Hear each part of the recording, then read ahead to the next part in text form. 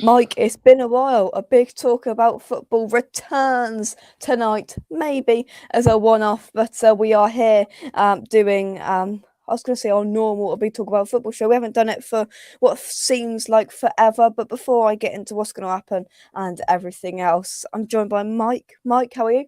Yeah, good, mate. Yeah, very good, mate. Lovely stuff. Nice to have a little rest in it from the pressures of West Ham games. It is. And, sit back and we've got Kidderminster to worry about next week. And it's just, I mean, we've got the transfer window coming up, deadline day. It's almost nice to breathe for a bit. And breathe.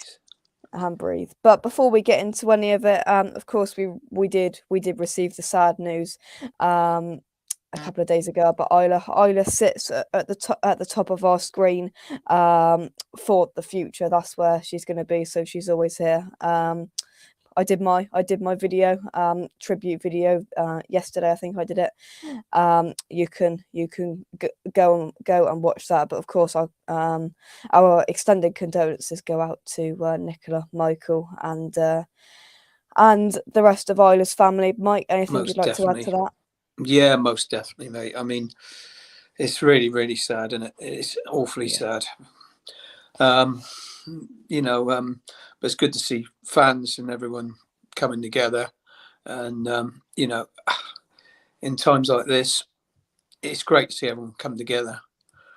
Yeah, 100%, 100%. Let's see who we've got in the chat tonight. Good evening, everybody. Callum, hope you are well. Pete, hope you're well. Happy Hamarat, hope you're well. Everybody's saying hello to each other. Run Tommy, hope you're well. Hammerhead, yes, people, big ups, hope you are well. Evening Kent, hope you are. Nice to see you at Old Trafford. Hope you are keeping well. RIP to the young Hammer, of course. But what we're going to do tonight is we are going to be doing normal. We talk about football settings. We are going to be talking to a range of different fans from different clubs and getting their thoughts on their season so far, and a little bit about what you can see in the title about our good friend VAR, Mike. What can I say about VAR? I never wanted it at the beginning, mate. Yeah, well, we are going to get into talking about VAR very, very shortly. DJ Rusty B, Russ, hope you're well. Really good interview with Governor B last night. It was a very, very good. Right, let's get our first guest on. Unfortunately, he's a spud, but we'll deal with it. Rich, hope you. How are you? I'm okay, mate. How are you?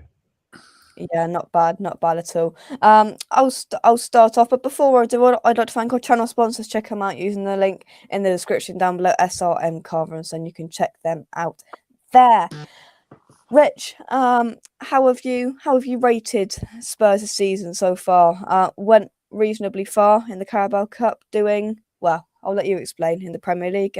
How have you rated your season so far? I think the season is. I mean, it looked to be improving. I mean, Conte is certainly a manager, and he's getting the best out of the squad he's got. But I think, I've seen us 3-4 times against Chelsea this season, and they're just leagues ahead of us in terms of the way they play, the speed of the ball. And Spurs just haven't got a midfield. It has to go from the back to the front, otherwise we haven't got a chance.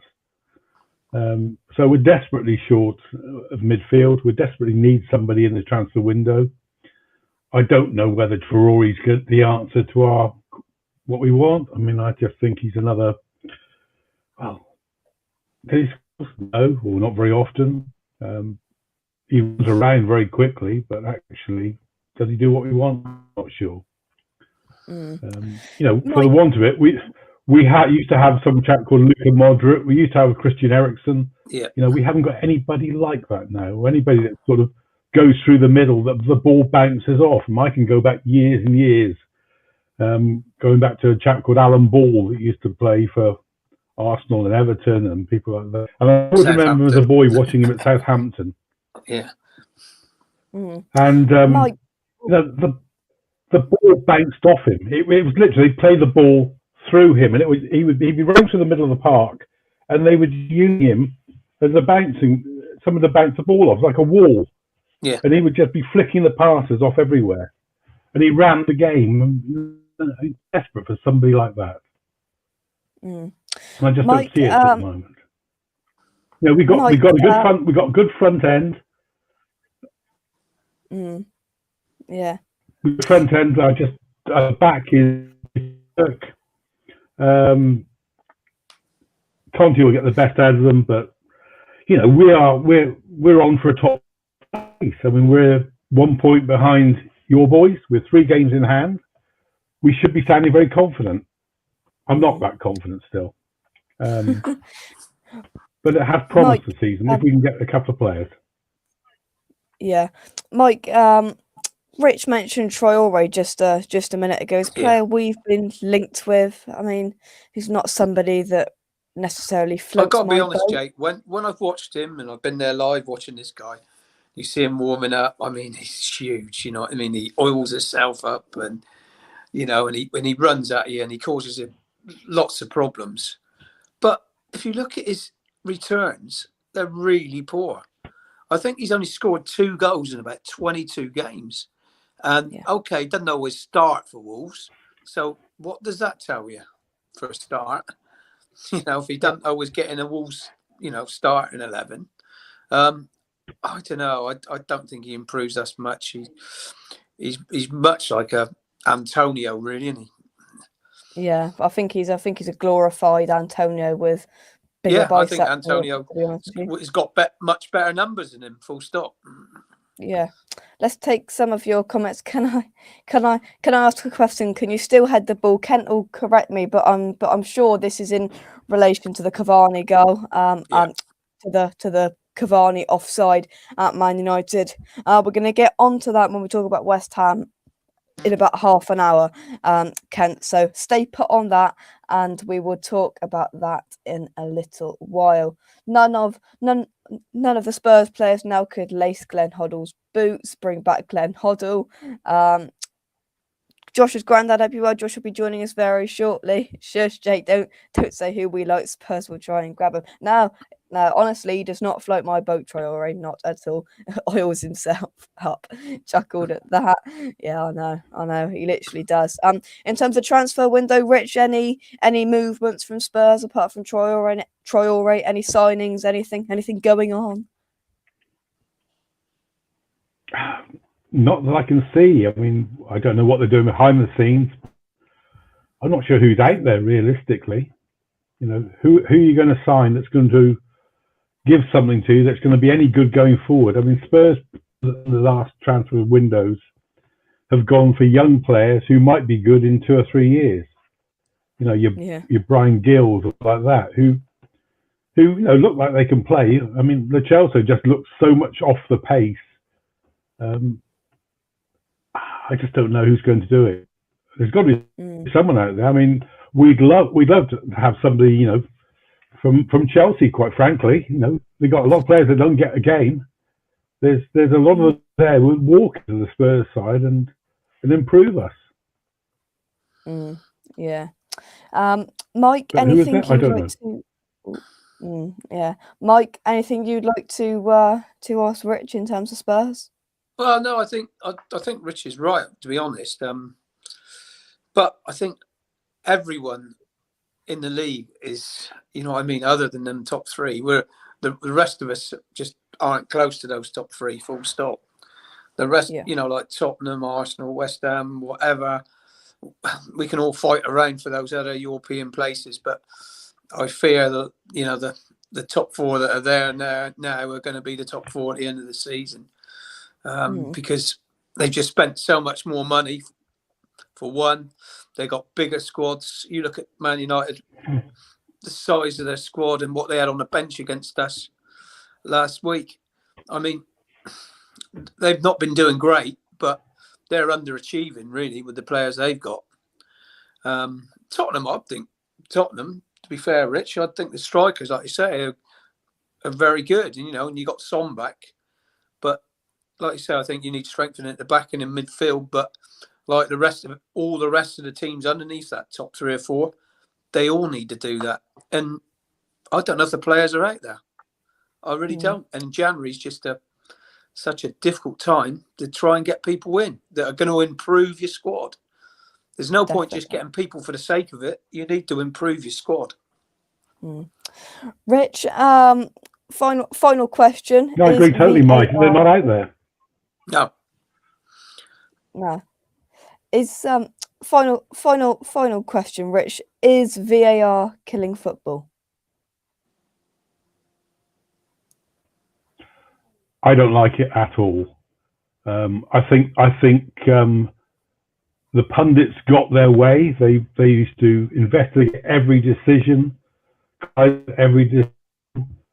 them up on the minor things. Well, we've got to have VAR. Now they've got VAR. They hate it. It stopped playing. I mean, I've got to the stage now where we get to a VAR decision, I'll turn over and watch something else for 5 minutes, come back to see what happened, because it's just it's ridiculous. They spent hours going over the same clips. No, and I thought the whole purpose was if it's clear and obvious. Well, they've got to look at it more than twice. It's not an obvious, not clear and obvious. Full stop. Yeah. And I think the only people it's helping, as usual, they had to find a replacement for Howard Webb and Man United, didn't they? And they found it in VAR. Yeah, it's really. But I think it's also given the referees a cop out. Yeah. They haven't got. They can always blame somebody else because they can go to the monitor and decisions get overturned. And you look at it and think, well, why has that been overturned? It's ridiculous.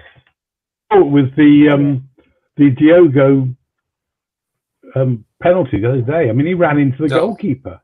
He ran into. And then, it was no way he was going to get the ball.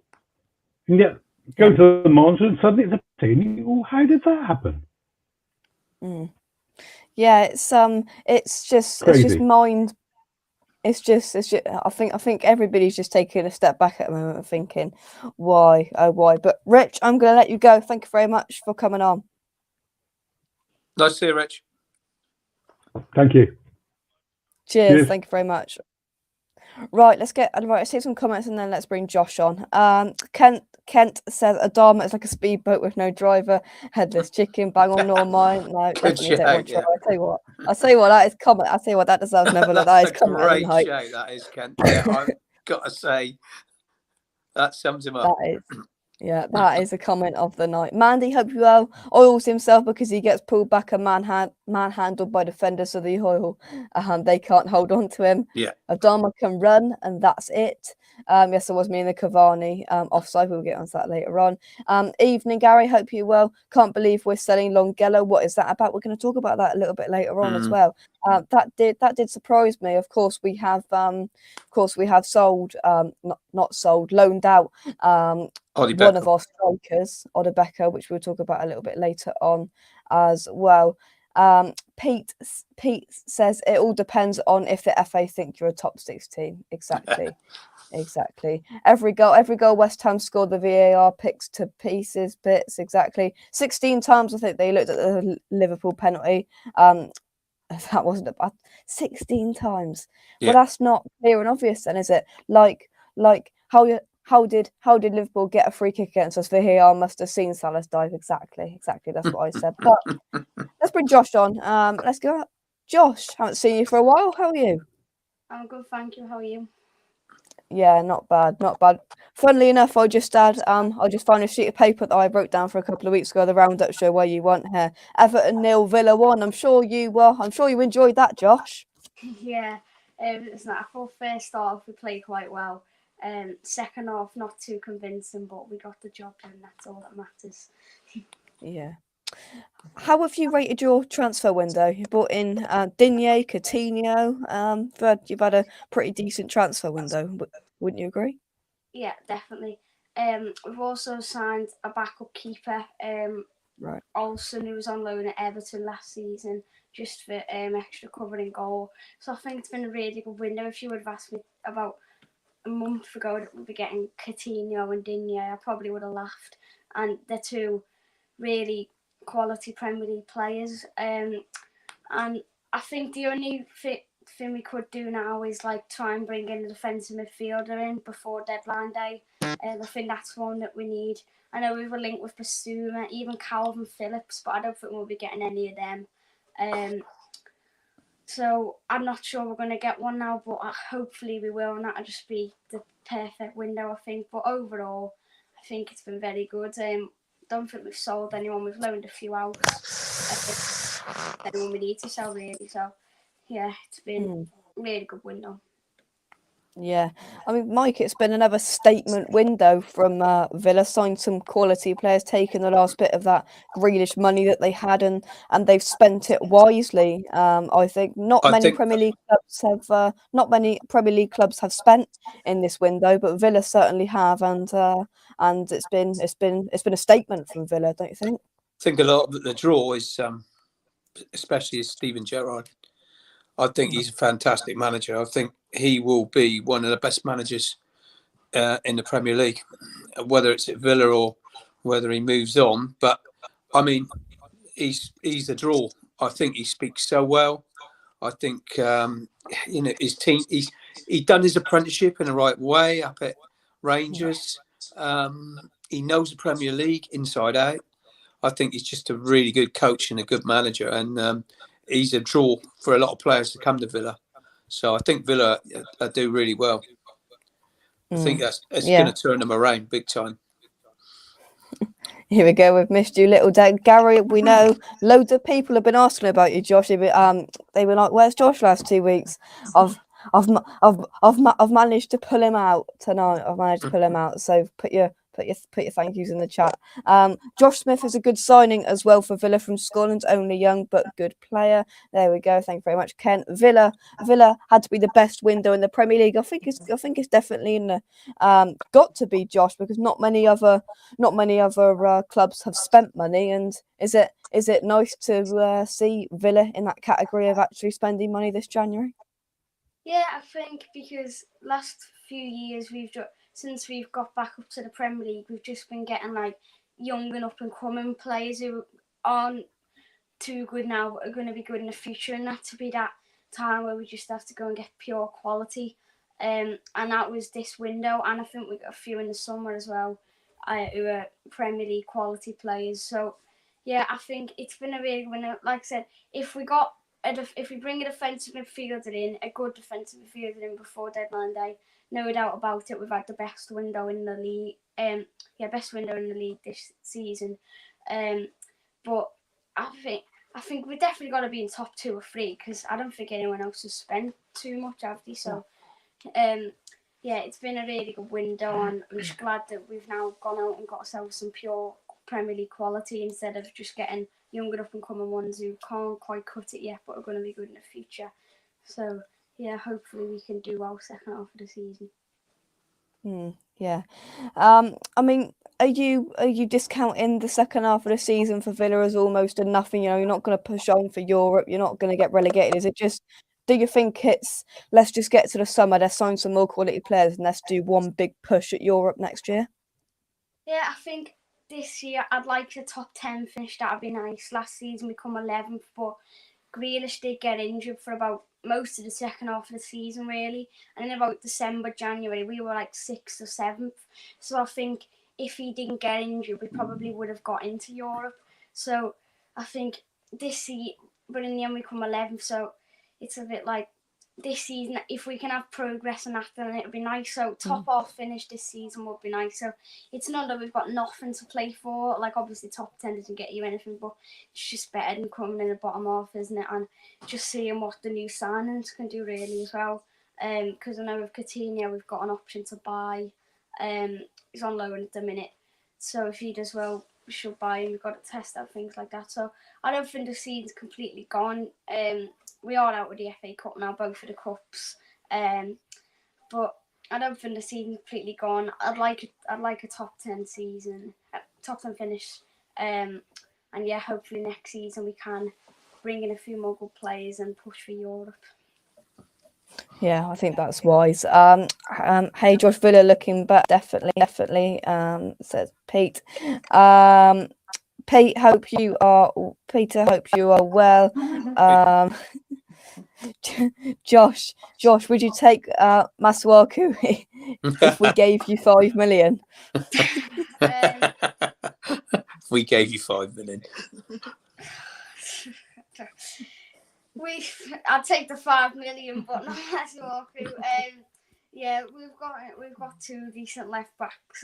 Thank you very much. All right, here we go. We got 2 decent. Here come the excuses. We'll take the 5 million, but not the player. Here we go. I see. I see how it is. Here we go. Josh and Jake, match of the day, pundits 2032. Very, very unlikely. But thank you very much, Peter. You never know. Jake, we spent 29 million on 2 players, and Big Duncan didn't even have them on the bench against Villa. Well, there we go. You got Big Duncan Ferguson in charge. Everything's going to pot at Everton. Must have been a hard couple of weeks, Grandad, having Josh in your ear. We beat you again, you know, and just everything to do with that. But final question before I let you go, Josh: is VAR killing football? Yes, I think it's just stupid now. I think we've had it. This is the 3rd season, is it? I think we've had it now, and it's just ruined it. It's just the amount of time that they take to just make the decisions is ridiculous. When it first come in, it was meant to be brought in for clear and obvious errors, and I just don't think they are. Like, when you've got it like judged by like the armpit, the offsides, how can that be a clear and obvious error? And it's just ridiculous, and there's no better feeling than when the ball hits the net and you can celebrate. But now a lot of the time it feels like you can't do that until they complete the check. How many times like last few seasons is like the fans gone crazy when we scored a goal and then just been ruled out about 10 minutes later. It take that long.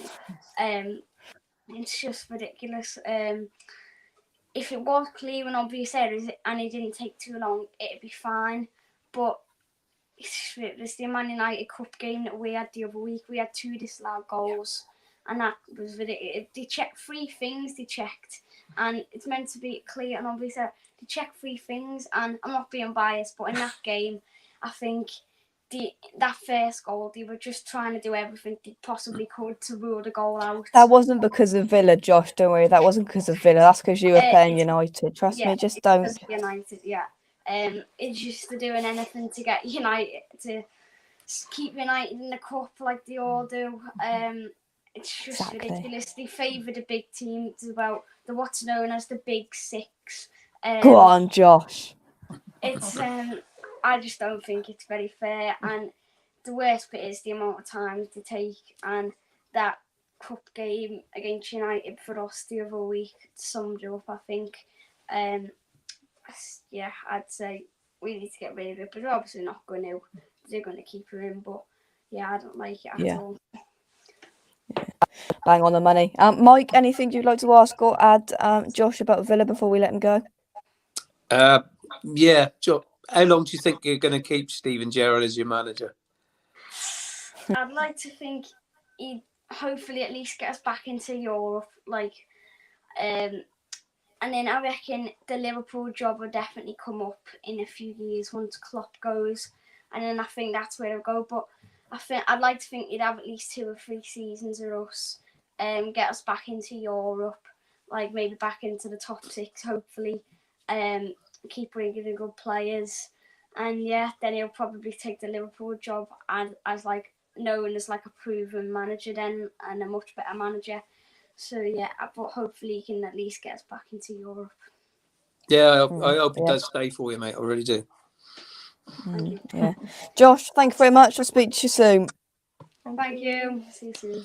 Cheers, Josh. Bye-bye. Right then, we've got a couple of guests waiting in the wings. Shall we bring them on, Mike? Anything you'd like to say before we do? No, that's all right, mate. Bring them on. Well, firstly, I'd like to say West Ham are massive, and then let's bring some guests on. Right. Firstly, Rich, Liverpool fan. Rich, how are you? Yeah, good, thanks. How are you guys? Yeah, good, Rich. Yeah. Good not bad guys. at all. Thank you for waiting, and also live in the car. Ben, how are you? Not bad, buddy. Yourself? Yeah, not bad at all. Firstly, Rich, in terms of Liverpool, Oh, just dropped my pen. How have you rated your season so far? Yeah, it's been pretty good. Just let down by obviously City seemingly romping away with it again. Although obviously there's a, is there potential with their slip up or the draw a lot of the weekend that, they're 9 points ahead of us. We've got one more game. We've still got to win that and then be 6, and then we've still got to play them. Could we get it down to 3? Yeah, it's tough. It's tough. And I'm happy that obviously we've made it into the Carabao Cup final. I think we will win silverware this season. I think we will. Whether that's the Carabao, the FA, possibly the Champions League. I think we're going to get, touch wood. I'd like to think that we could get far in that semi-finals, if not to another final. Because I think on our day, we can still beat anybody. We can beat City. It's just that level of consistency that we've struggled with. So overall happy. We're still in all competitions, aren't we, at the moment? So can't say more than that. Yeah, Mike, can you help me with this one? How did Liverpool get on at the London Stadium? Do you remember that game, Mike? I enjoyed it, mate. I was there. I did very much We all enjoy know. that game. Don't know him. Don't know him at all. Ben, Arsenal, topsy-turvy, good, bad season. How are you currently feeling in this international break as an Arsenal fan? I don't know what to expect with them at the moment, if I'm honest with you. We had an awful start, then we went on a good run, and now we've just blown cold again for the past, 7-8 weeks? We've just been blowing cold. We need to get our form back that we had in October and November, which I'm hoping we might do the tail end of the season, which would help us get into some kind of Europe, I hope. Yeah.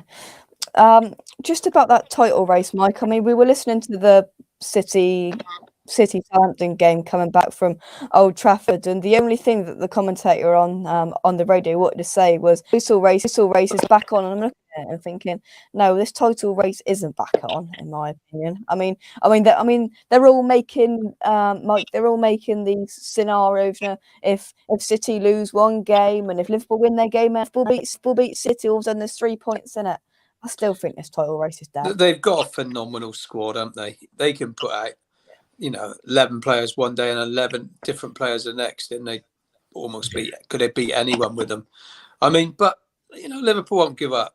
They keep trying. It only takes a couple of slip-ups, but to be fair, I think Liverpool done really well with the, losing the likes of Mane and Salah and still getting some decent results recently. But to keep on the Liverpool's tails a little bit still, City's tails a little bit. But you can't see City slipping up too many times, can you? And I mean, but it also means that Liverpool can't slip up anymore, and that's the problem. But hey, they won't give up, and they'll keep chasing them. Oh, they will, 100%. 100%. In terms of the transfer window, Rich, Liverpool haven't done much like many other clubs. No, I think it's all gone quite. There were rumours of maybe getting someone in on loan, or dare I say, even going for Dembele from Barcelona. But I think that's all pie in the sky. In the summer, we'll lose James Milner, Divock Origi, Karius. We love him. The goalie. He's still. You can have our goalie, Karius. He's still there. No. Origi, I said. All right. Yeah. I know. We've missed him. He's been injured, but right. So I'm expecting some big transfers from us in the summer because we will need to replenish. And as much as everybody's talking about Salah, his contract coming up the year after, it's actually also Mane and Firmino's as well. So, that's our front three for the past 4 or 5 years. But obviously, I'm glad that Jota's landed with us because he really has, set things on fire already. He is a class player. Yeah, not the only wing in the not the only winger in the Premier League setting things on fire. Hey, Mike. Oh, Yeah, we he's might on get him fire. actually, aren't we? We're after Bowen, aren't we? I think, Well, if yeah, you Liverpool are. would love to have him, wouldn't they? But there's Yeah. no way we're letting him go. I mean, we haven't got a big enough squad as it is. So, I mean, we can't afford to let anyone go. Full stop. Yeah. Even if it was they come in with a massive bid of, I don't know, even 80, 90 million, which Liverpool don't spend that sort of money on players, do they? To be fair, they've done brilliant. They've done brilliant work in the transfer windows over the years. Brought some players in. I mean, they had to go big for Van Dijk because they had a big defensive problem at the time, and he sorted that out. But I mean, you can't see him splashing out that sort of money. No. To be honest. Well, Mike, you did say we can't afford to let any players go. We can afford to let Andre Yarmolenko go at the moment, Jake, he's our only other striker. Yeah, but we just don't need to. Ben, Arsenal have been linked with plenty of players, but not much has happened this January for Arsenal. No, same old. Every transfer window, get linked with every single player under the sun, and then we go and sign someone like Yaya Sanogo. I'll tell you what. That's the best response we've had all night about the transfer window. So blunt and just to the point. But this whole whatever his name is, Vojlovic from Fiorentina, banging on about him. Exactly the same with Higuain a couple of years ago. Everyone was going on. Higuain's going to Arsenal. Higuain's it's done. It's sealed. It's done. And we ended up with Sanogo. And that's exactly what's going to happen. We will end up with somebody from Christ knows where, Latvian League 2. Or you'll just keep Eddie and Nketiah, which is just as bad. Oh, that's great. Thank you. You really right up there. Can I ask the Liverpool fan a question? Yep. Of course you can. Would you swap Salah for Haaland at the end of the season? No. Would you not? No. So you probably got how many years you got left out of Salah playing at the rate he's playing now? 3-4 years? And Haaland, I think it's 3 or 4 years. Yeah. You got another 10 years out of Haaland? Could he do it in the Prem? Ooh. Yes. Absolutely. He's not quick though, is he? We would have to change the way that Liverpool play, you see. I know. It's someone mentioned it on Talk Sport today. Yeah. And I thought, and they were really discussing it, and they were 50-50 on it. Yeah. So I am. I would. I'm only saying that because Salah's obviously proven. He's proven over the last 3 or 4 years. Yes, he's getting older and stuff, but he doesn't drink. He's not excessive. He keeps himself match fit. Yeah. And I can see him still doing that for another 3 or 4 years. And I don't think Haaland would offer that same sort of way. That we would have to change the way that we play if we had Haaland. That's the only thing. And we would have to build a team around him. Yeah. Whereas I think he would probably slot in at somewhere like Chelsea or Man United would just buy him because they want to buy him. Yeah. City could, but I don't know if Pep really wants him. No, I don't think he does. No, and just thinking about his wage demands as well. Rumors are he's after 500 to 600,000 a week. Yeah, they reckon that in the summer he can go for 64 million, but the overall transfer will be worth 350 million over 4 years. Yeah. Because Mino Raiola, his agent, wants 35 million, and his brother, who's his manager, wants another 35 million. Yeah, exactly. That's just money out of the game, isn't it? It's just the only team I think would be PSG because they've just limitless, aren't they? Yeah. Yeah. Or Newcastle. Newcastle, yeah. Just gonna cut in there because we're short of time. Final question, Ben. I'm hearing you're doing an extraordinary charity challenge. Just quickly say what you're doing later on in a few weeks. I am indeed. So on the weekend of the 5th of March, I'm doing a non-stop 36-hour DJ set for a local community hub for the veterans in and around Weymouth. Oh, brilliant! Wow, good on you. 36 hours straight. That does deserve a little round of applause. I got job to stay awake 6 hours, let alone 36. Have some banging tunes on that night. 36 hours non-stop. Good on you. Oh my God. Not gonna not a worst nightmare, but I hope it succeeds, Ben. Ben, Thank you very Rich, much. thank you very much for coming on. Thanks, Lemmy. Good to see you, Jake. Yeah, See you, guys. mate. Take care. Thanks, Sam. Bye-bye. Cheers. Right, we're going to get on to talk about West Ham in just a second. So, Gary, hold your horses for just a second, and let's bring on Paul. Let's talk to Paul for 5 minutes. Our favourite our favourite Craig Dawson lover.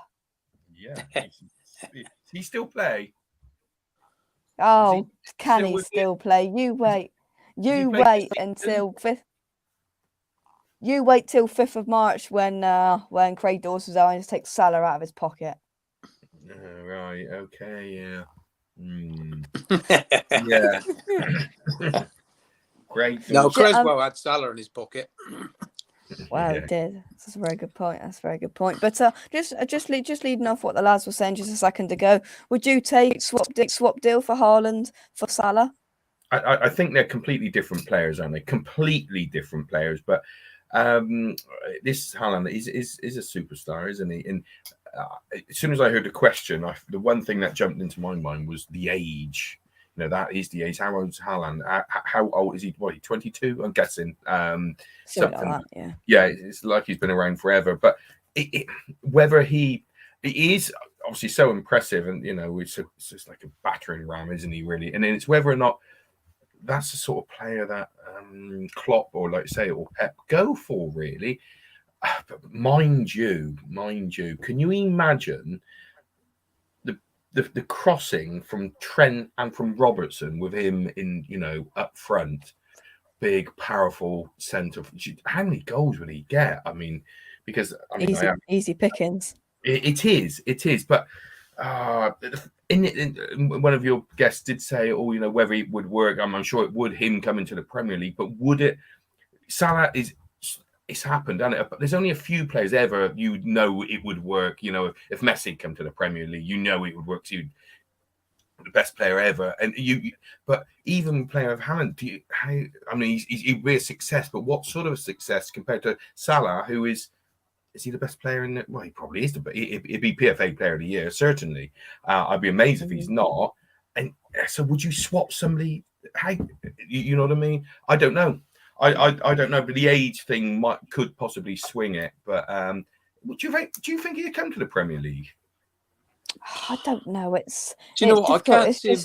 The only team I could see him going to would be Man City, to be honest. Because of the connection with the connection, but also Liverpool don't spend that sort of money, as I was saying earlier, on strikers normally. No, they don't. I mean, he's not. They're talking about 58 or 60, which isn't. You know, I'm sure they would spend that, but it's what goes along with it, isn't it? And then all of a sudden, it's not the transfer fee; it's the rest of it. Yeah, and the rest of the players, you know, the top players, going to say, "Hang on a minute." You know, if he's on 325,000 a week, whatever the fee, whatever it is, it creates problems, doesn't it? It creates problems. And somebody said about an agent earlier on, and they're part of the reason, aren't they? Because they're after it, aren't they? And another your guest said the money going out the game. You don't mind if 300 million went to a club, maybe a smaller club, and it benefited them. Fantastic, that's brilliant. But when it goes to an agent and they're taking it, and that literally gets spent on yachts, fast cars, and houses, and whatever else they can do, that's disappointing, isn't it? That is very much so. So that's a long answer, and I don't know. Fair enough. Let's talk a little bit about what should we talk about. Tell you what, take your pick, Paul. Transfers, the season, or VAR. Transfers, I think. Go on then. Anything at all happening at Liverpool? No. Well, exactly. We might as well talk about VAR. There's nothing happening, is there? There's nothing happening. No. Is this still with the COVID, the backlog of COVID? You know, is this, you know, people, the teams are just, the clubs are still, you know, whether they want to put their hands in their pocket. I think we might have a big. Do you think we're going to have a big transfer? Big transfer market moves at the end of the season? Do you think that might happen? Or is it a case? Is it a domino effect when somebody goes and he goes and then he goes? Because somebody said about Liverpool, they need to, one or two of the players they're getting older, you know what I mean, and out the contract, so they need to freshen things up. Maybe in midfield, oddly enough, because they're scoring goals. They scored more goals than anyone in the country, so that's not a problem. But because these players are getting older. You know what I mean? They are, 29s and 30s, and Firmino, Mane, Salah, and say Origi's going to go, and they got rid of Shaqiri. So up front, fortunately, I know they've lost a couple of players, obviously for African nations, but fortunately, they've done Arsenal out over the two legs. They beat Palace, they beat Brentford, they beat Shrewsbury in the cup.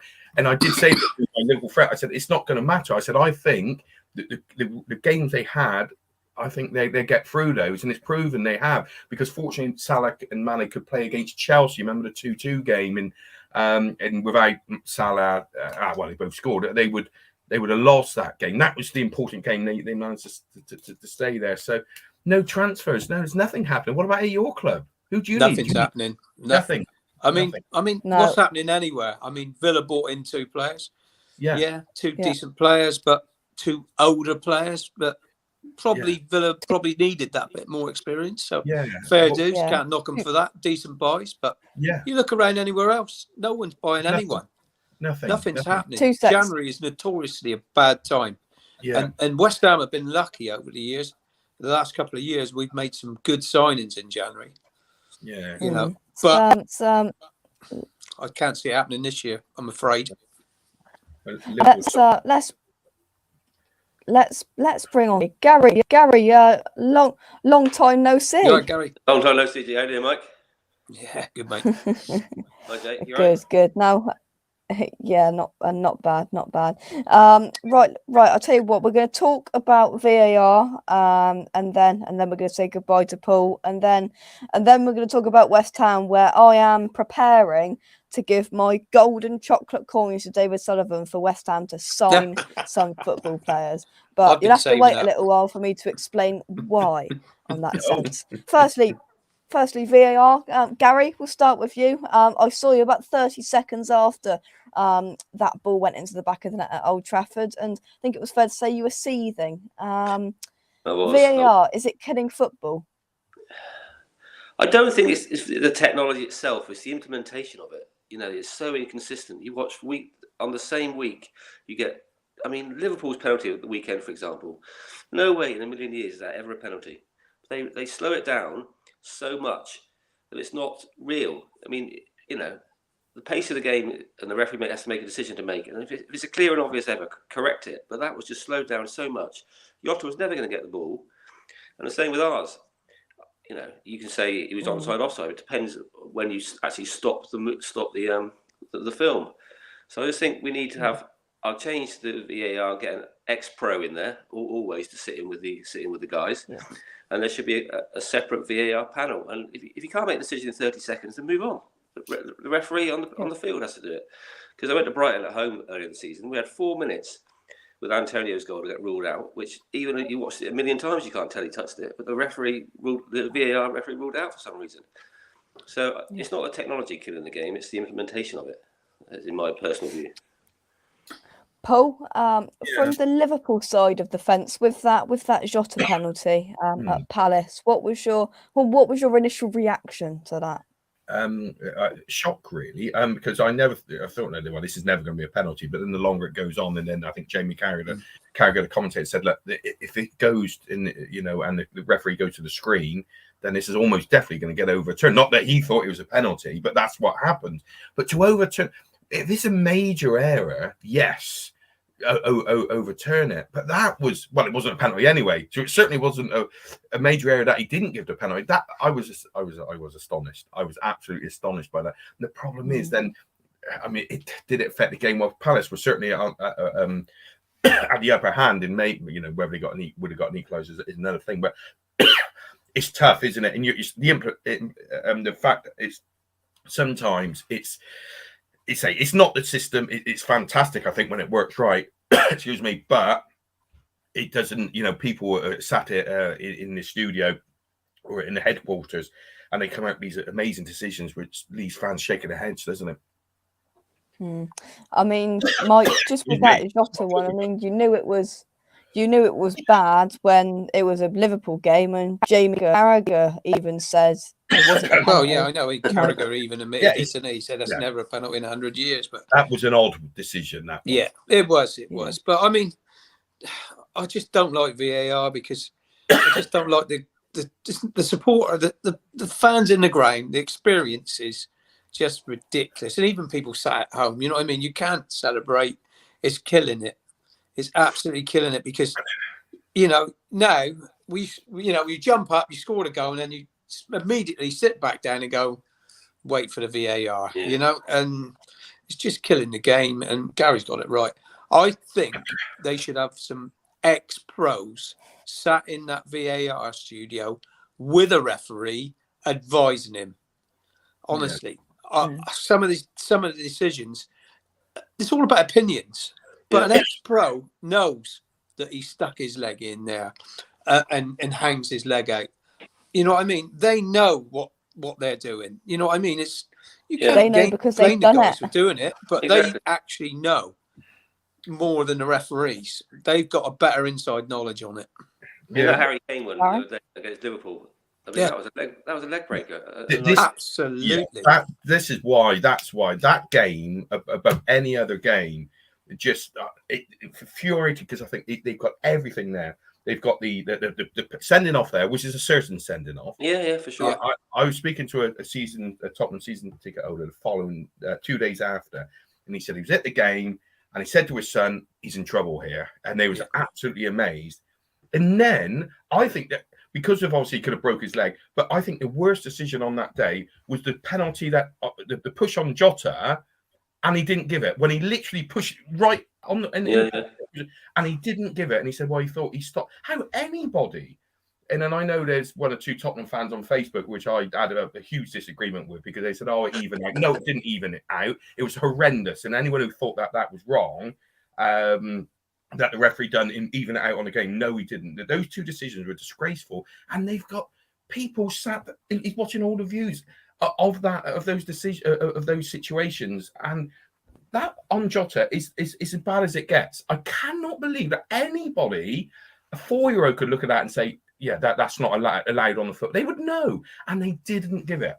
It was astonishing. You think, well, if you're going to, like I said, it's a great idea. VR, I think, is a great idea, but if it's going to be used like that, and people, let's say, sort of idiots are using coming up with decisions like that, well, it looks bad for VAR, doesn't it? Yeah, it's VAR. That's everyone says about VAR. It's not VAR. It's not it's not the system. It's the way it's used at times. Yeah. And I just could not believe those decisions. I think Boris Johnson must be in the room because he don't know the rules either. Must be. Yeah.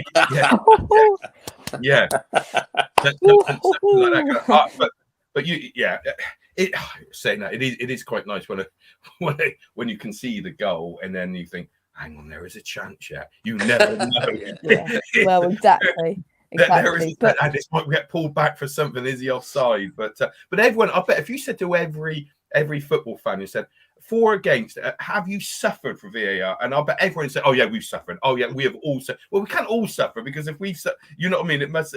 But we say, oh yeah, we've had terrible decisions. But yeah. Sometimes they benefit you. I mean, against Leeds, they scored a fourth goal. Nothing wrong with it at all.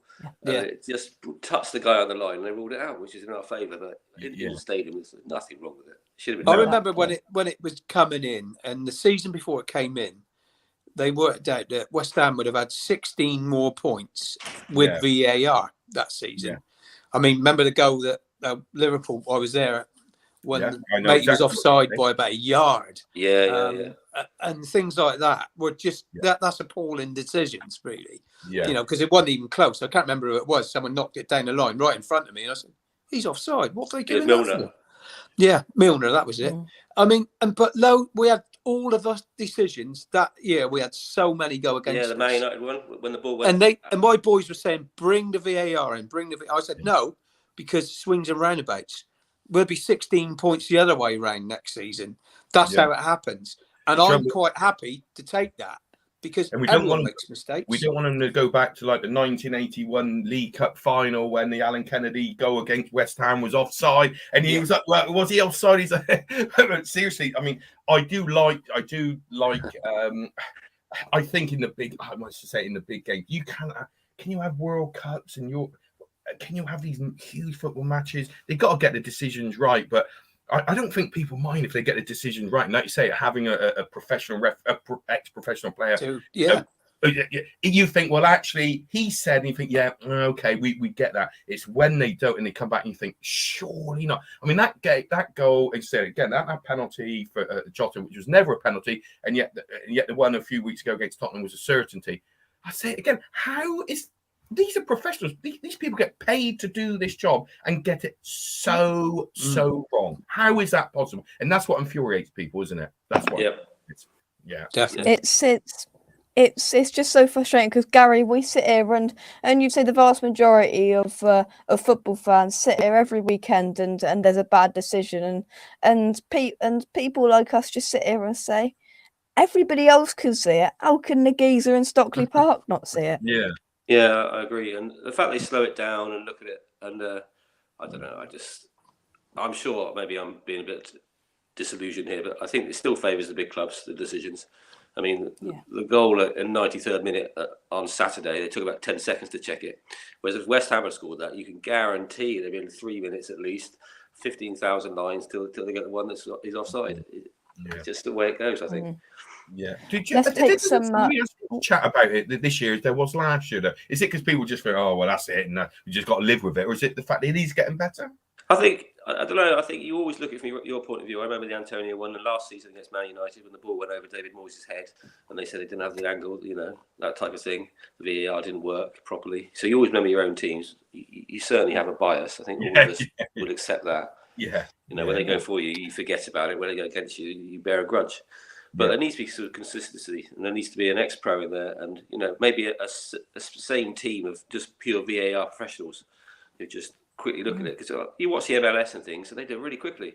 They don't have the same problems you do. I mean, when I'm going to go back then, and I think obviously, Jake, you've got to move things on, but when they said, right, okay, now they're meeting on the Monday or wherever, and they went back, obviously I'm using the Liverpool-Tottenham one as an example. When they sat down, do you think that the person who employs them, who is a head of whoever, what's his name, the ex-ref, can't remember, Mike Riley, and turns around and says, do you think he would have used any Spurs? How did you make that decision? If that was me, I'd say you're prepared. How on earth did you think that was not a sending off? And how was that not a penalty? How did you make that just decision? sacked him on the spot? Yeah, exactly. Yeah, and we've all got, it's not just saying, and please don't think I'm just saying, it's against Liverpool, because it does, it should even out, I suppose, after a while, but it does. I mean, sometimes you just think, well, we've got this wonderful system here, technology at its best, and we're still ending up with the same dire decisions. Well, I mean, technology, the season before last, Aston Villa should have gone down. The ball actually went over they stayed up because of it. Yeah, because they didn't have goal line technology, wasn't it? Was it? No. No goal line technology. Aston Villa just signed Callum Chambers, though. But Mike, I'm going to leave you to the final word on VAR. You've listened to everybody's thoughts on it tonight, and you get the final word. The final word for me is I never wanted it in the first place. I haven't got a problem with goal line technology. Keep that. But scrap the rest of it because it's not working. Full stop. Simple. There we go. Yes. And we will simples. We will leave that there. Let's take some comments on it and then let's move on. Then right, VAR has seriously killed the game for me. So might just stop going to matches. You need ex-pros in the VAR room who understand the game. Refs don't. VAR was meant for stamping out divers and shirt pulling and fouls, and it's wrong. And it's wrong. It only applies to certain teams. It's not a fair game. Wish the so-called top six had left as they get favoured the most. Were you? Yeah. You have lost a spontaneous. Yeah. You have lost the spontaneous, enjoyable joyful part of football where you hug the bloke next to you. You don't know exactly. It's just what it is. Let's scroll down. West Ham would be second or third without VAR. Matt Doherty, that was one. So I can't believe he didn't get sent off that either against Chelsea. Should have been sent off Sunday. Nothing. Awful. Yeah, I remember that. Completely endangering an opponent. That was a terrible challenge. Bang on the money. Breaking news: officials met this week and have agreed to make sure West Ham finish 12th next season. Lovely stuff. There we go. Right, Paul, I'm going to let you go. Thank you very much for coming on. You're very welcome, Jake. Lovely to see you. See you soon, gentlemen. And all the best. All the best. We're under your 5th in the league. Looking on there, and still plenty to play for, isn't there? Long way to go, mate. Yeah, long way to go. Because you'll finish above United, because you are better than United. But you are. I mean, United are. I mean, how on earth they got 38 points? I will never know. So you'll finish above those. Perhaps, yeah. Oh, it could be between the three. All the London clubs. Have fun. It's gonna be it could be fun at the end of the season. Yeah, good stuff. It is. Paul, chat to you soon. All the best. See you later. Paul. Cheers. Right, let's talk about West Ham. Plenty to discuss. Plenty this week. Not in terms of signing players. Right, what I'm going to do firstly is, this is a serious offer. I've got 31 pence worth of chocolate coins here. And if this is the difference, if I give this to David Sullivan on this show now, if that's the difference between us signing a striker and not signing a striker, I've lost one, 30p. Oh, dear. 30p. I hope that's enough, David Sullivan. What am I hearing? VAR. No, he don't want it. He don't want it. He's an ungrateful little man. So I'm going to eat them. West Ham news. Firstly, let's talk about the news that we heard today. Mipa Odebeko has gone out on loan to Doncaster for the rest of the season. Good move for him, Gary. Well, he didn't tear up any trees at Huddersfield, so hopefully he does it at Doncaster. He seems to have dropped down the pecking order behind Occo Flex and Perkins as well. So, I think it's make or break for him, to be honest. I think he could be another Nathan Holland and just stay out on loan and get sold, I think. I don't think he's got it. But I'd love to be proved wrong. Let's see how he gets on. Yeah, definitely. I've got one bit of chocolate left. So, Mike, your thoughts on Odebeko going out to Doncaster? Yeah, no, he needs to go out on loan. He's not going to get in the side. He's not going to get a chance at West Ham, even though we've got a shortage of strikers. But I mean, the guy, needs to go out and see what he can do, in the Football League, up against men instead of playing against boys every week. So, it's a good idea for him to go out on loan. Yeah. Another young player. There's been links of Manny Longello, the young left back, going out on loan or even permanently signing for, I think it was Nottingham Forest. I don't know. Kent will tell me. Kent will tell me in the chat. But it's another young player going out getting experience. Obviously, the loans this season haven't really gone to plan. I think Connor Coventry went to Peterborough. That didn't work out.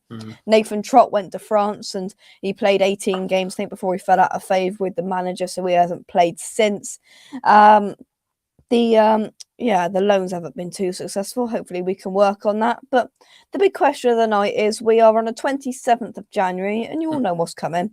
We haven't signed a player. We've employed this Rob Newman, paying him millions upon millions of pounds. And I mean, it seems to have got worse, Mike. Yeah, but we don't know if it's Rob Newman's fault or not, do we? He might be identifying these people. And, it's probably down to the guys that are going to get their hands in the pocket at the end of the day. We can't blame Newman net until we know what's really happened, and we don't really know yet. Jake, remember I said to you, wait till the 31st of January. I just know it ain't gonna happen till the last day again. I'm afraid. Yeah. But saying that, we're not the only team who's not buying anyone at the moment. I mean, we desperately need another striker, we know, but hey, there's about another 8 or 9, 10, 11, 12 clubs in the Premier League that are looking for the same player, probably. Mm-hmm. Yeah. There's Andy. There's two. Oh, Andy. Oh my lord, Gary. There is two ways of looking at it. As looking at it, as Mike just said, there is that we haven't, no other clubs are really spending money, or you can look at it as the fact is that we're either being tight or we're just being stubborn with who we're signing, and it's not acceptable. Which side of the fence do you sit? Well, Jason, I think it's probably down to. I tell you what, that's brilliant. I think it's down to Brilliant. boys' stubbornness. I think he had a nickname, Dithering Dave. My understanding is Sullivan wants to spend some money. But I was thinking about this today when I was having a shower, as you do, and I would actually scrap the January transfer window because nobody wants to sell. We're in the top 6 in the country, so none of our rivals will sell to us. So you're looking already at the lower end of the Premier League or Championship. So you want to take their best players, and why would they sell in January when they're not going to be able to replace them? It's very difficult. And I get where Moyes is coming from. He needs to improve the squad. You don't want to bring in anybody. But then on the other hand, you think, well, just get anybody in, give Antonio a break. So it's chicken and egg, really. What he should have done is in the summer sort it out properly. That's why he made his mistake. I don't understand. I mean, we sold Allaire in about a year ago, Jake, was it?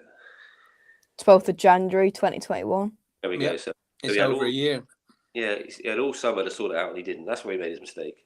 He should sort it out because it's always going to be difficult. You're going to pay over the odds now, so or you're going to get somebody on loan who's not really interested. Unless you get like another Lingard, it's not going to happen.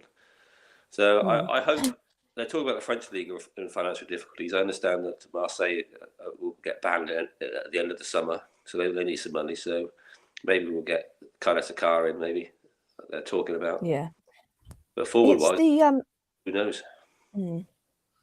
It's the tone that David Moyes hit in his post-match press conference after the United game, Mike.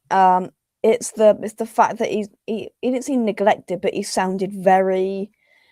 He's just like, oh well, it's just a very what's the word? Not very inspiring, mate, was it? No, not very inspiring. Anyway. Basically, he said he has said over a few press conferences that the money is there to spend, but he's ready to pick up the players. And he said something along the lines of, "There's no guarantee that we'll bring in players." That's not what you want to hear with a week left of the window. No, I've been thinking all along that maybe it's good because they're staying a little bit quiet about things, which we've never done in the past. I mean, at least Gold and Sullivan have been quiet. We've not heard too much from them. That's the only thing I can say. Good thing I can say about them. I mean, joking aside, Moyes, he's targeted these players, hasn't he? With Newman, they ain't sat down doing nothing. He's targeting these players, and for some reason or another, it ain't happening. The Lingard thing, like Gary just said, that's not going to happen because. They want too much money for him. Newcastle have got loads of money, and United know that. So that doesn't help things there. Whereas he probably wants to come to us. I think he probably wants to come to us, to be honest. But what we're going to do, you know what I mean? We can't fight against Newcastle's money. He's going to be free in the summer. Yeah. It's a lot of wheeling and dealing going on behind the scenes, I'm sure, but. It's just, cracking it. And, we should have done this in the summer. I agree with Gary. We should have had another striker on board before the season started, because January, like I said earlier, is notoriously a difficult time to get players in. Fully agree, Mike. And also, you think the next summer, we've got a massive summer. We've got a goalkeeper. Ariola probably leave. We need a left back. Declan Rice almost certainly will go. And Knowles will retire. So that's 2 centre midfielders, a left back, a goalkeeper, and of course strikers. So we need 5 or 6, and that's half a team. Yeah. And that's not it though, Gary. That's not it. We've got the likes of contracts. We've got Yarmolenko, Masuaku, Ogbonna, Randolph, another goalkeeper. I saw a big list of them say Fredericks. I mean, not that right back's an issue, but we are going to need if we're not going to spend any money in this window, Gary, we are going to have to spend some serious money. Otherwise, we're not going to have a big enough squad to compete in the Premier League. There's going to be, if we don't renew contracts, there's going to be about 10 players leaving in the summer. And Declan, I'm afraid, unfortunately for us, is our best player every week. Now, if you get to that stage that you're head and shoulders above everybody else, you've got to move on. And he must look around and think, please buy some players to support me. Zuma's a good signing. He's excellent for sure. Yeah. We need that sort of level of signing to make Declan think this is a big club, I want to stay, because otherwise, in the summer, why would he stay? What if we're not going to spend some money now? We don't spend 50 million on a striker or 60 million on a striker and say to Declan, look, this is what we're about. You've got this guy from, I don't know, the Haaland equivalent who plays in Croatia or Sweden or somewhere. Let's get these guys in. Yeah, I think genuine links that we can take serious note of in the next few days. We've got Coletta Carr, the centre back. You've got the striker from Marseille as well, Bamba Dieng. We've been linked with. Of course, you're Jesse Lingard. And to be honest with you, I'm racking my brains. And of course, there's players that haven't come out and been leaked through the ITKs and through everybody else. And there is things going on behind the scenes. I can assure you of that. So there's other players that haven't come out as a transfer rumour, but apart from that, Mike, I'm racking my brains. I can't really think of any other players that are genuine links. We were told yesterday that Dominic Calvert-Lewin deal was just an absolute load of tosh. I think that was fake. pie in the sky, mate. I mean, Everton are in a pile of poo at the moment. I mean, they're slipping towards the relegation zone. I mean, they're not going to let the best striker go, are they? I mean, apparently they need some money. Well, they just got rid of Digne. So, I mean, they've got a bit for him. I mean, joking aside, they haven't got a manager in yet. You know, I mean, they're not going to let him go. I could never see that happening. If it would have been a great signing for us, but I just never believed it from the start. Same with me. You know, there's other people. There may be people that, you know, no one's even talked about, you know, because there are people that are up for grabs, but for one reason or another, they want too much money for them, or, you know, there's something holding it back for sure. You know, like Traore, isn't it? So-called, he might have been coming to us, but I wouldn't have really wanted to go for him anyway. No, I mean, you know, even Tottenham don't look like they're going to get him. So, I don't know, mate. It's hard. I think we should have had gamble on a couple of championship players, like the lad at Hull, the lad at Notts Forest. They would have been good additions to our squad. Those two, I've watched them recently, and the guy at Blackburn, you know, the striker, Diaz. Yeah, Diaz. I mean, there's another one. You know, that I wouldn't have been too upset about, you know, going for them guys, or one or two, or even all three. What about young guy at Reading, Mike? Yeah. Andy Yeah. Young Andy Carroll. Yeah, that's him. I'll tell you what, though, Gary, we was joking the other night. You know, he only wants £1,000 a week. Does he? You know, you could have him sat on your bench. You know, I mean, there's 5 minutes to go, and you've got a corner against you. He had it out. You know, you got one down the other end. There's a good chance he could head it in. You know, I mean, I tell you what, it could be worse. I mean, that's how bad it's got. I know, but I'm being serious though. I'm being serious. If we pay him, if we have him until the end of the season, how many weeks? Let's just say 30 weeks. We pay him 30 grand. If he scores two, let's say he scores two match-winning goals. That's got us 4 points because we were going to get a draw, and he scores 2 match goals. That's worth that, and you know, I know it's destined, but I mean, if it's Carroll or nothing, I'm taking Carroll. People will laugh, but I'm taking Carroll. Let's take some comments, get them into the chat with your thoughts and opinions and players that you'd like to see us sign. Notts Forest offered 400,000 for Longfellow. We want $1 million.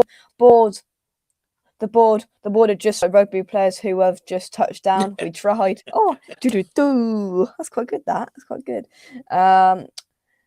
Yeah, Tony says it here. You think it's bad now in the summer we are going to need about 10 players when players leave. Exactly. I scroll down. I keep asking Google if West Ham have bought anybody, and it keeps coming back laughing back at me. Oh dear. Feed Haller and he will score. Exactly. Feed Haller and he will score. My God, who thinks about transfer? Who thinks about the transfer window while they were in the shower? I think about what I'm going to have for breakfast. That's how sad I am. There's at least 2 players I'd take out of Marseille. So would I. So, Dimitri Payet. Kent, is he still there with his stupid haircut? Why don't we all get together to go up to the Manx waving banners, free Jesse? Well, I could have done that. Well, me and Gary could have done that. Last weekend. We could have got rid of all the shirts. Could have got rid of all the scarf sellers outside and just put free Jesse on a sign, Gary. Absolutely, yeah, we should have done, Jake. Yeah. Peter says, need 2 strikers as neither Bowen or Antonio are strikers. Need a forward or at least someone that stays in that area. Let's scroll down. Agreed. If we don't match Royce's ambition, he's got to go. Andrew says it's obvious that Man United aren't interested or care about Lingard bid for a World Cup place. Well, I mean, it depends who you listen to. You can hear that Lingard's coming, done, sealed, delivered, next day delivery. You can hear that you can hear that he might be coming, he might not, or you could Man United don't want to sell to us, but they do, but they don't, but they do. Shake it in, shake it out, shake it all about. Oh dear, it's just. I'm sure the lad wants to play football, and I'm sure he'd love to come to West Ham, but it's just United. You know, he's put good service in for them. Surely, you know, they owe him that, don't they? You know, I mean, it's pretty poor, and it really is. Just, it's just too much of a. Everything's just too much of business, isn't it? Full stop. You know, they don't care about footballers. No. Yeah. Andrew says the last player we gamble on from home doesn't turn out too bad. I know he's on fire, isn't he? Yeah. He's on fire. Kent says Adebayo from Luton is like Antonio, big, strong, 6'3", can run. Already scored 12 goals and would cost a fraction of Diaz. There we go. Oh dear. Has Gary sorted the filming permit? Yeah, nobody else will get that. But Gary, is it sorted? I left it in the ground, Jake.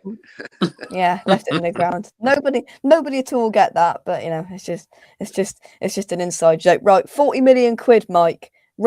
Realistic transfer fees. Who are you buying? 40 million quid. 40 million. Well, the 3 I talked about, you could probably get 2 of them. Right, go on then. So player and price. Diaz. I like the lad at Hull, I really do. Was it Lewis Potter, is it? Yeah, I think so. Is it? Yeah. So 25 million for Diaz, and I think Potter will be worth 20, 25 and 15. There's 40. Yeah. Yeah. Gary, 40 million quid, players and price. I know it won't happen. I'll try to get Tarkowski out of Burnley because he's got 6 months left. Try to get money from him. We definitely need 2 centre backs. Ogbonna's 34 now as well, so we need to be looking at that. Get the young lad Worrell in from Forest. I mean, I'm hoping that Rob Newman and David Moyes have got another Souček and Soufal at their sleeves somewhere, that people we've never heard of, that can come in at a good price from, I don't know, the Hungarian 2nd division or something. But even like, remember Sacco came in, Jake, Diafra Sacco, at the time he was playing in French League 2, and he was great for us. He was really good. Yeah. So I think there is some just pick someone up like that. Because I'm a strong believer, if you know where the net is in whatever league, you'll score. If you know where the goal is, you score 20 goals in Division 2, and you've got the basic qualities, you'll score in the Premier League, in my view. Look at Jamie Vardy. Yeah. Yes, bang on. It is. But let's just move away from transfers. There's been a lot of uproar in the last couple of days. Of West Ham have released the prices of what the second leg of the Europa League ticket prices are for the London Stadium. I can see already rolling his eyes. They've treated it for a season ticket holder, I believe, as a category A game, so like playing Liverpool, and I believe band one's like 60, 65 quid. It's in that region. I think band right at the top in the gods is like 35 quid, which is if you've got a season ticket. There's been much uproar. Gary, are you disgusted or not? I'm actually, Jake, because I'm in the 1966 seats for my sins, which are the most expensive. So I'm buggered if I'm paying 85 quid or whatever they're going to charge. It's not going to happen. I'll go with my daughter. That's 170 quid. That's the traffic, transport, and everything. I'm not going to do it. So I shall go sit in the gods if I go. It's just. I don't know about you, Gary, but I've not had my offer through because we had an offer, didn't we, with our season tickets for the 3 games, wasn't it? Yeah, exactly. Yeah. Where do you sit? Which band are you in?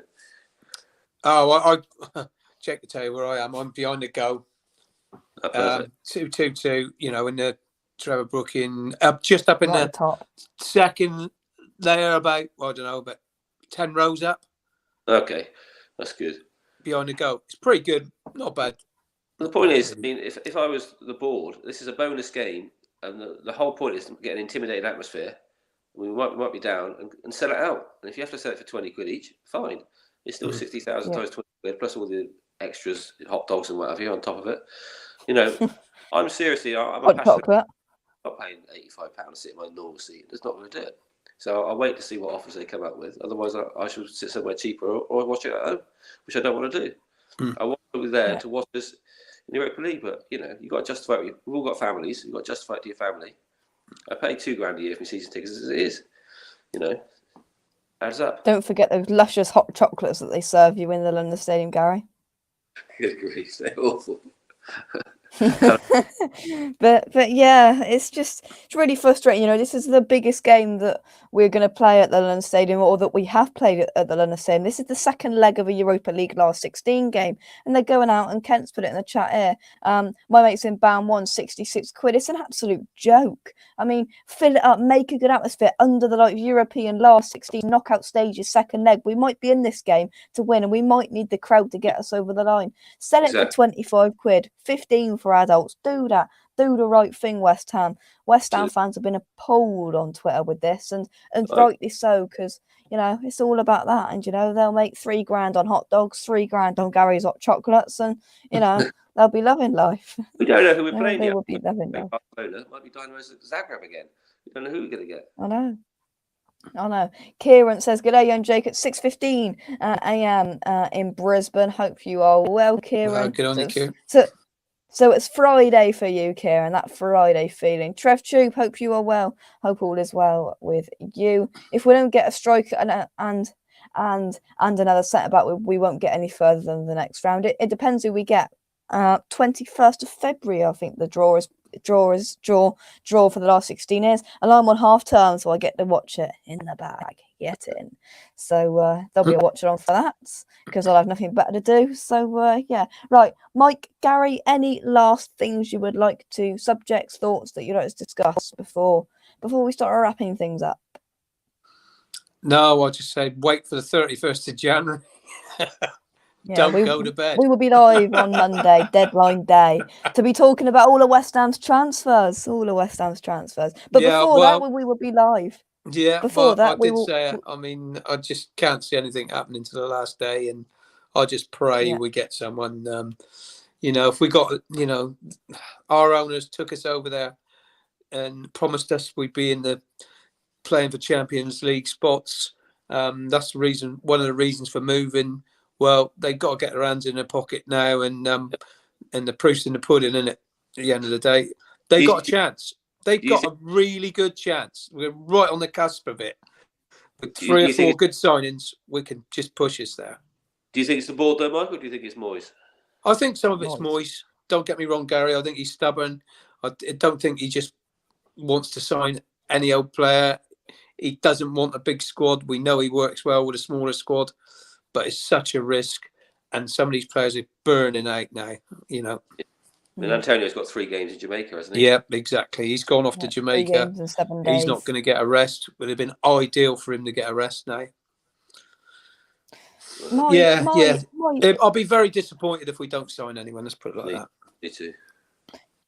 My issue with the whole fan base's attitude to it, and is, yes, you know, if worse comes to worse that we don't sign any players and we sit here on Tuesday and we haven't got any new players, let's just back David Moyes, and you know, if things do go pear-shaped, where they quite possibly might do if we don't sign any players, then we go and criticise Moyes. But I don't want to see the board and the Moyes battering at 1 minute past midnight or 1 minute past 11 of deadline day, because we've got to trust David Moyes, I think. And if he doesn't bring in players, yes, we've got a right to feel disappointed, but let's stick by him. Let's support the team and let's support what we've got, because they're here and, you know, they want the same as what we do, and that's for us to be, you know, top 4, winning the Europa League, winning the FA Cup, winning everything. That's what they want. That's what Declan Rice wants. So let's back them, and let's back until things go pear-shaped. But which they might do, but they might not do. You never know. Bowen Bowen not getting a rest either as Danny Dyer wants another kid. That's a good comment. That is a good comment. Paolo Di Canio, Mark Vivian Foe and Jimmy Bullard signed 23 years ago today. Where's the time gone? There we go. Where's the time gone? But before deadline day, of course, we will be live with something on deadline day. We will be live on Saturday night. To my understanding, with the gentleman around me here, is that right? I believe so. Certainly. We will be joined by a very special guest on Saturday night. Hopefully, if all things go well, we will be joined for a special live Q&A, very interactive with you guys in the chat as always. Joined by former West Ham striker Jimmy Quinn to talk about all things West Ham at the moment and in his playing career. So we will let all of you guys get your questions in for Jimmy Quinn. Get them ready. Saturday night, 7:30. Saturday Night Live, chill chat with Jimmy Quinn and these gentlemen, because I'm sure they have got some questions to put to Jimmy Quinn. So that's something to look forward to. And yeah, I think we will. Just as I'm about to say, I think we will leave it there. I'm sorry, I've literally just rushed. I've literally just rushed down. I've put the last one of my children to bed, and I thought I better run down there as quick as I can and jump on. How he's doing? He's all right. Yeah, good. Yeah. Anton, how you doing, mate? Yeah, good, mate. Thank you very much. I've got my daughter's scrunchie on my arm as well, so not bad. Yeah, not bad, Mr. Hospitality. Shh. Yeah, I seen that. I seen Kent put it on, and we put it on our socials as well. 23 years ago today, Paolo Di Canio and Mark Vivian Foe joined, and I'll never forget the day because it was. Remember how controversial signing Paolo Di Canio was at the time, but you know when you obviously look back at the stories. I'm of the too young, and Anton. why. I don't know. No, I know, and that's what's that you know that's mad. That's mad because I was still a bit older when that happened. You know, I mean, so there's lots of stuff happened before that. You know, as well. It's just mad to think that you weren't even there. It's crazy, but yeah, just to see those two lads and how we put a post out showing. I think it was 13 years ago yesterday that we signed Savio and Sireko under Gianfranco Zola. And then it was 23 years ago yesterday was when we signed Paolo Di Canio, Mark Vivian Foe, and how two transfers could define a player's career. Sireko was the record signing at the time, and he was awful, and Di Canio was cheap, cheerful, and became a legend. Unbelievable, wasn't it? Yep. What a player. Yep.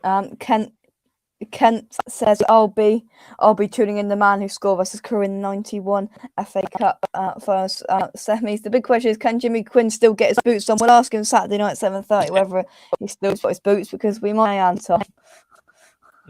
Absolutely. He was good in the air, Jake. That Carroll, Jimmy Quinn, very good in the air. Yeah. Yep. There we go. Right. Anton, do you want to do a quick one? Or go on, what you can say? No, I was just talking. I know you're probably needing to go, but I take it you're talking a lot about transfers there. Yeah, go on. A 1 minute. Talking about the non-transfers, yeah. Yeah.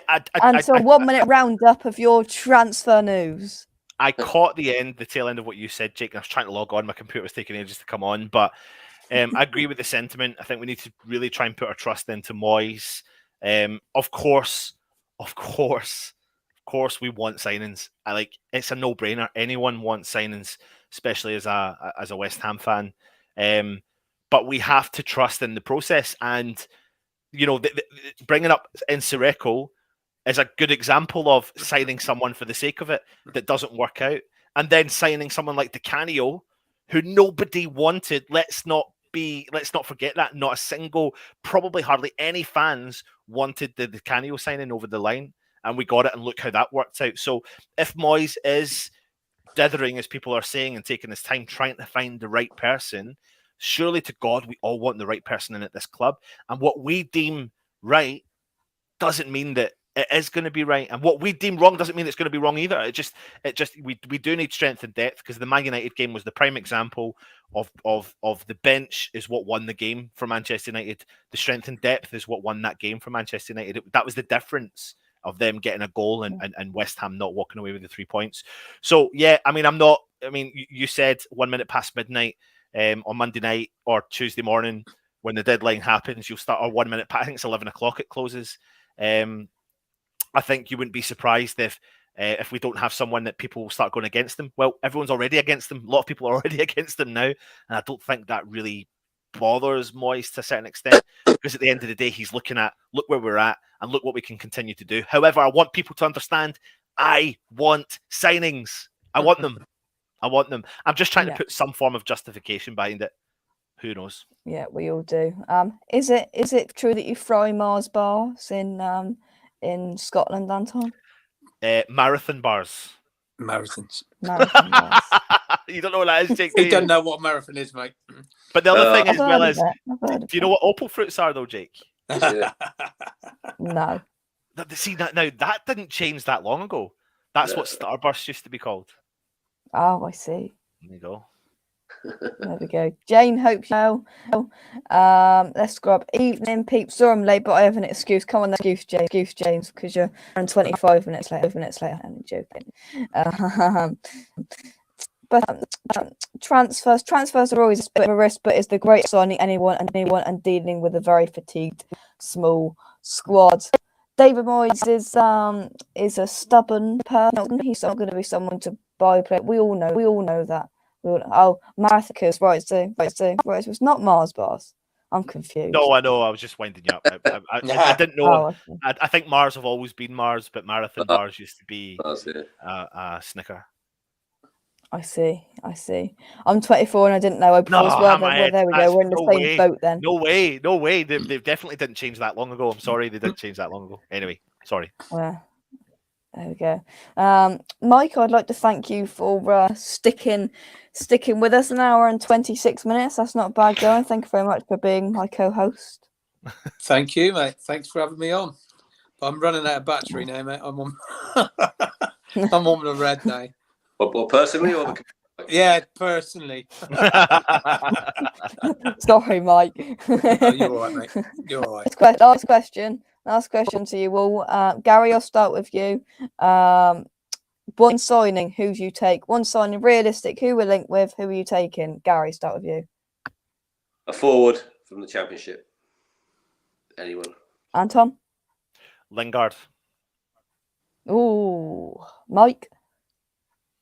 Lingard's a shout. Yeah, because he's done it. Can't go the same. He's someone done different. If he's not proven, I'm going Diaz then for a punt. Love it. What about you, Jake? What's your shout? Oh, been put on the spot here. Not the same as everyone else. Yeah, shush. Not the same as everybody else. Coletta Carr, a defender, because I just can't. My eyes can't cope Diop and Dawson next to each other for another 90 minutes in the Premier League ever again. Jake the cat ate my data. I see. Not the dog, the cat. What was this thing I read today? Someone I'd done a show earlier on today, and someone had mentioned 50 million quid. I mean, where's that come from? Yeah, what's that? Where's that come from? I can't see how that would be. That's what apparently that's what United have put Lingard's price tag as, because apparently we're a competitor. Absolutely not. A 10 million loan fee plus a 20 million bonus if they stayed up, plus his wages. Oh, so they're including everything in it? Yeah. The full Monty. I just think Man United have been unfair to a guy who's given some good service, to be fair. Yeah. I think it's, he deserves better. But going back to that, very quickly, like the Lingard thing, it's not over yet. I don't think it is. Like, I know they're saying what they're saying, and I know this and I know that, but that could go to the wire. And that's the only reason why I think maybe Moyes hasn't signed someone, because he thinks there's a bit of hope somewhere. There must be something in there. We don't know. No one knows the truth. That's the interesting part. Nobody knows. Yeah.